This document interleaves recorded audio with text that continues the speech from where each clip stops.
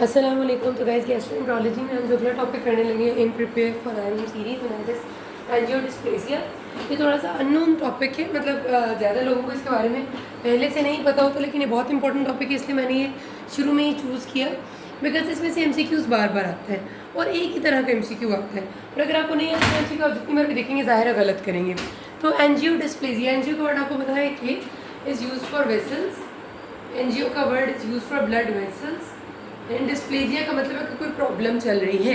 तो this is a vascular pathology जो कि पर्टिकुलरली गैस्ट्रोइंटेस्टिनल ट्रैक की वेसल्स को अफेक्ट करती है।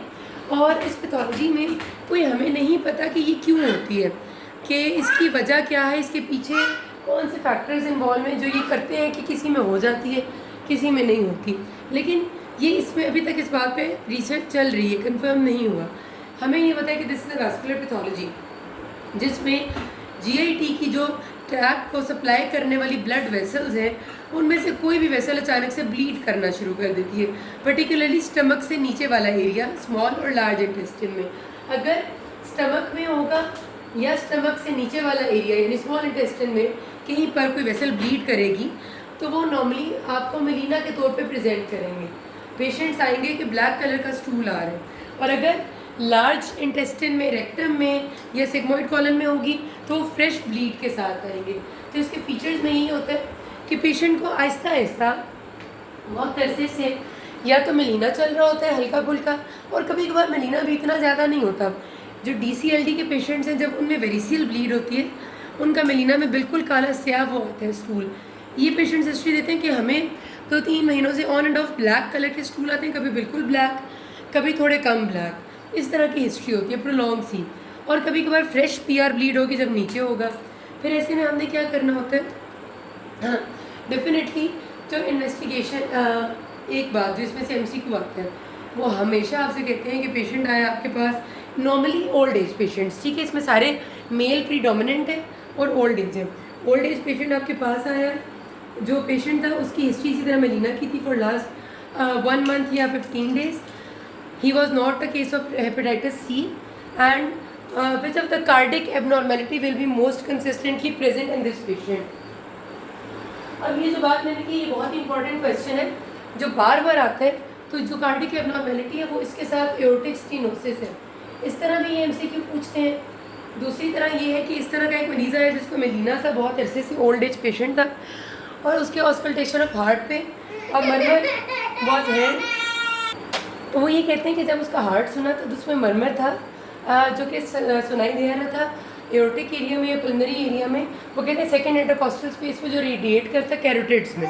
तो बताएं कि पेशेंट को क्या बीमारी है। वो ये नहीं कहते कि वो बताएं कि एओर्टिक स्टेनोसिस था या रीगा चेंज है, तो बीमारी बताएं। तो एंजियोडिस्प्लेसिया होगा जो एओर्टिक स्टेनोसिस है जिसकी एसोसिएशन है।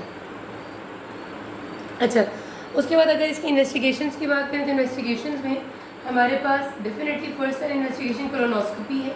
कोलोनोस्कोपी इस वजह से क्योंकि हमने लार्ज गट देख के लाजमी क्लियर करना है कि कहीं पर वो अल्सरेटिव कोलाइटिस, कोई आईबीडी वाले फीचर्स या कोई और फीचर्स ब्लीड गट के तो नहीं है, उसमें ये नहीं नज़र आते नॉर्मली। कोलोनोस्कोपी के बाद दूसरी चीज़ हो सकती है वो मीजेंटेरिक एंजियोग्राफी है। कोलोनोस्कोपी में आपको कुछ भी नहीं मिलता, गट नॉर्मल होती है, ठीक है। कोलोनोस्कोपी इज़ ऑलवेज नॉर्मल, कोई ब्लीडिंग पॉइंट मिल सकता है अगर बड़ी वेसल है, वरना कुछ नहीं मिलता। मीजेंटेरिक एंजियोग्राफी पे पता चलता है जब आप मीजेंटेरिक यानी गट की वेसल्स में डाइट डाल के स्कैनिंग करते हैं तो पता चलता है कि जो डाइट था वो आपका कहाँ से लीक हो रहा है, उससे पता चलता है कि ये लीकिंग वेसल थी। अब ट्रीटमेंट क्या देनी है, हमें उस वेसल को बंद करना है। फर्स्ट लाइन ट्रीटमेंट ये होती है कि एर्गॉन प्लाज्मा कोएगुलेशन कहते हैं उसको, कि आप एक लेज़र की चीज़ होती है एंडोस्कोपी के ज़रिए जाते हैं और जो ब्लीडिंग वेसल थी उसको वहीं पर रोक देते हैं, समझ लें बर्न कर देते हैं। ये फर्स्ट लाइन है। समटाइम्स हमें ब्लीडिंग वेसल इस तरह से नहीं मिलती कि गट में ब्लीड करती हुई नजर आए, तो उसका फिर दूसरा ये तरीका होता है कि मेजेंटेरिक एंजियोग्राफी करते हैं, यानी कि डाइट डालते हैं हम उन वेसल्स में सारी जो गट को सप्लाई कर रही हैं, और जिस जगह पर हमें ब्लीड नज़र आती है वहाँ पर हम वो कर देते हैं, बैलूनिंग कर देते हैं, ठीक है। उससे ये होता है एम्बलाइजेशन, बैलून एम्बलाइजेशन कहते हैं कि वो जगह पर अगर कोई छोटा सा हम बैलून डाल देंगे तो वो वेसल बंद हो जाएगी वहाँ से ब्लीड करना। ये दो उसको रोकने के तरीके हैं। फिर अगर तब भी नहीं फ़र्क पड़ता तो फिर हमें वो गट का एरिया रिजेक्ट करना पड़ता है, सर्जरी करनी पड़ती है, सेगमेंटल रिजेक्शन कहते हैं उसको। ये आपसे सारी चीज़ें एमसीक्यू में पूछी जाती हैं। जाहिर है अगर थोड़े वक्ती तौर पे वेसल को रोकना है तो ट्रेनेक्सामिक एसिड दिया जा सकता है, ये वक्ती तौर पे आराम दे देगा। और आयरन ट्रांसफ्यूजन या blood transfusion according to the need, क्योंकि पेशेंट्स प्रेजेंट करते हैं upper G bleed with iron deficiency anaemia के साथ। यहाँ पर ये बात खत्म होती है। किसी कोई मसला हो के नाम। Thank you.